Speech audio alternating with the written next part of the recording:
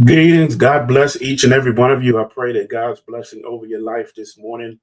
It is a beautiful, beautiful Christmas day, and we are excited because we get to celebrate the birth of Christ, who has died on the cross for us this morning. Listen, I'm coming from you from home.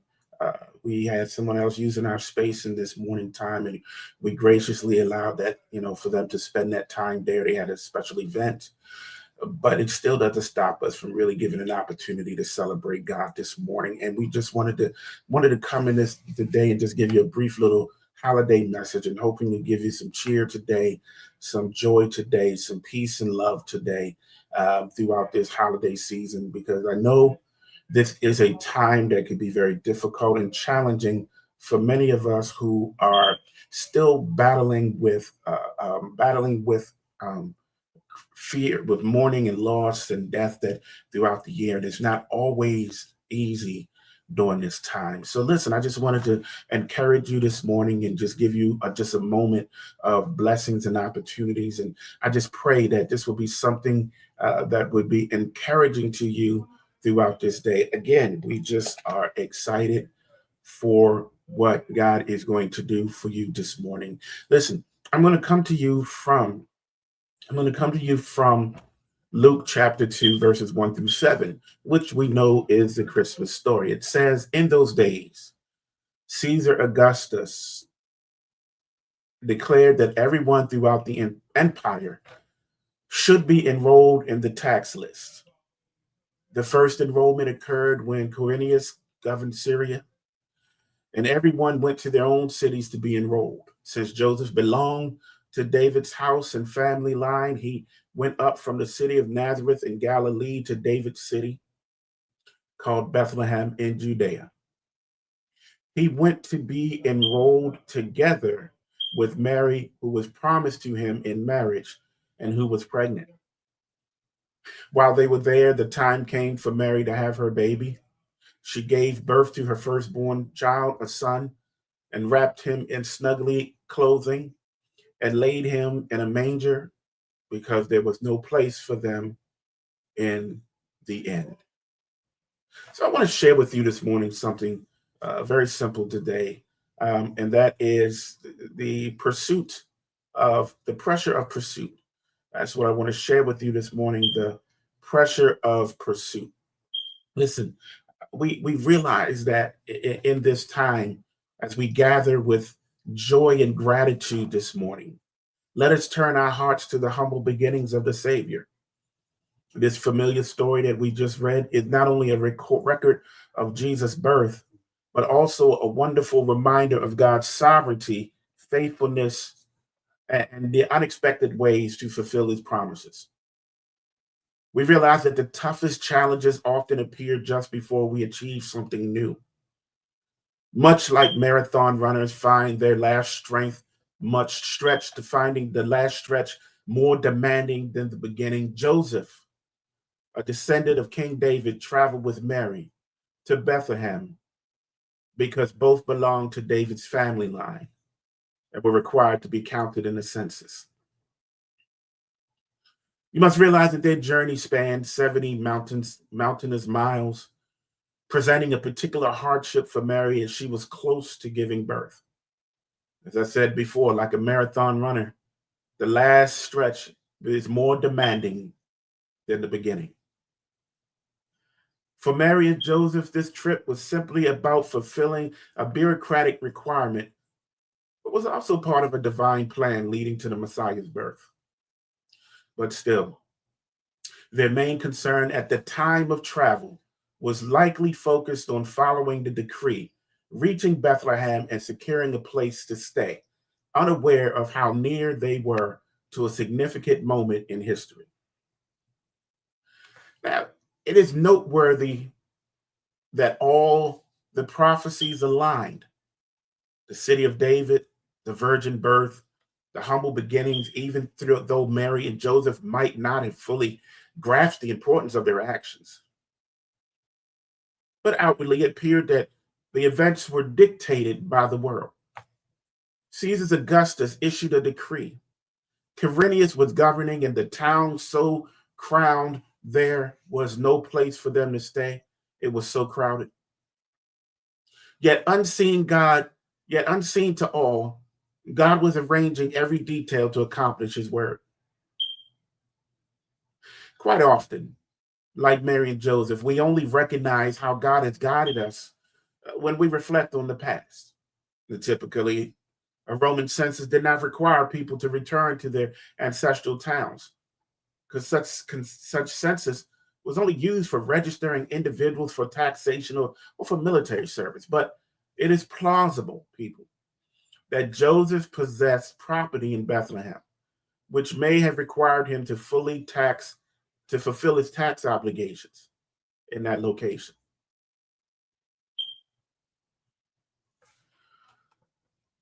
Mary and Joseph didn't know how close they were in participating in God's finality plan. You see, Luke does not specify when Joseph left for Bethlehem or why Mary accompanied him. Matter of fact, it is possible Joseph used the census as a reason to remove Mary from gossip in her village, given that they were pledged, but not fully married until after Jesus' birth. Now, Luke simply states the birth occurred while they were there. And since Mary spent 3 months with Elizabeth, she was at least that far along in her pregnancy when they traveled. So considering this, it could possibly be that she traveled during her third trimester.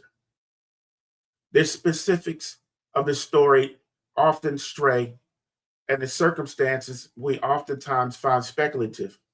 But let's put the math together. As they say, the math must math. Though much remains uncertain about the timing of their arrival and even the details of their accommodations, what is really clear is that Mary and Joseph responded faithfully to circumstances beyond their control. They trusted God's guidance even when their path was shrouded in mystery. They knew that they were going to have the risen son. They didn't know where, they didn't know when. They felt that they were close. And because they were pursuing their purpose, it led them to a town that would cause them to fulfill the word of God, even if they didn't know. Their journey, marked by uncertainty and vulnerability, reminds us that obedience often requires moving forward despite not knowing every outcome. In the quiet humility of their choices, God's plan unfolded, not through grand gestures, but through simple, steadfast faith. So as we reflect on the story, we are invited to participate in God's unfolding work, embracing the unknown with trust and hope, confident that even when specifics escape us, God's presence surrounds each step that we take. Mary and Joseph were willing participants. They were faithful in what they knew, but they were not omniscient. They didn't know how it was going to unfold. They just knew that within Mary, there grows the soon-born king. They didn't force the prophecy to fit their actions. In fact, they walked in obedience and humility, and God's plan unfolded, not because they perfectly understood, but because they trusted and moved forward. How often do we, too, find ourselves focused on daily pressures, not realizing we are closer to the manger than we think? How often do we find ourselves knowing that deep down in our belly, God has a plan for our lives, but nothing seems to line up to that? And then we are hit with pressures that are so overwhelming that makes us want to quit. And it keeps moving us, shifting us, and pushing us, and pressuring us, and guiding us, and derailing us, and distracting us, and depressing us, to a point that in certain cases, we get so overwhelmed with the pressure that we explode. And then we find ourselves running with guilt and dismay, thinking that we have destroyed everything God has planned, not even knowing that God needed you to get to a place of brokenness in order for his purpose to be fulfilled. You see, the pressure of the pursuit It's not about what's chasing us, but what we're chasing. The pressure of the pursuit is not about the enemy trying to stop us. It is about whether we know or deep down believe we can accomplish and fulfill what God has already called us to fulfill. The pressure of pursuit is not about whether you can do what God says. It's about how willing that you are to accomplish it. And on this Christmas morn, we look at what Mary and Joseph had done that seemed so circumstantial to others that they could try to discredit it. But yet God planned it this way so that they could be fulfilling the scriptures that they were never around to even hear in the first place. Consider this. On that first Christmas, the Messiah came not in a palace, but in a manger, not among royalty, but among the ordinary. Jesus' birth assured us that God steps into our common moments, our uncertainties, and our pressures, and pressures us that God steps into our common moments, our uncertainties, and our pressures. The guest room may be full, but the world may seem preoccupied, but God still loves us and finds a place for us to dwell. As I pause in this quiet of this holy morning, I'm struck by how God's glory enters the simplicity and the struggles of my own life, just as he did in the humble stages long ago in that humble stable where Jesus was born. Reflecting on the miracle of Emmanuel, God with us, I realize the sacred often emerges in my ordinary routines and challenges. Even when I feel unseen or weighed down, I believe Christ steps into my story. He assures me his grace can touch every circumstance that I face.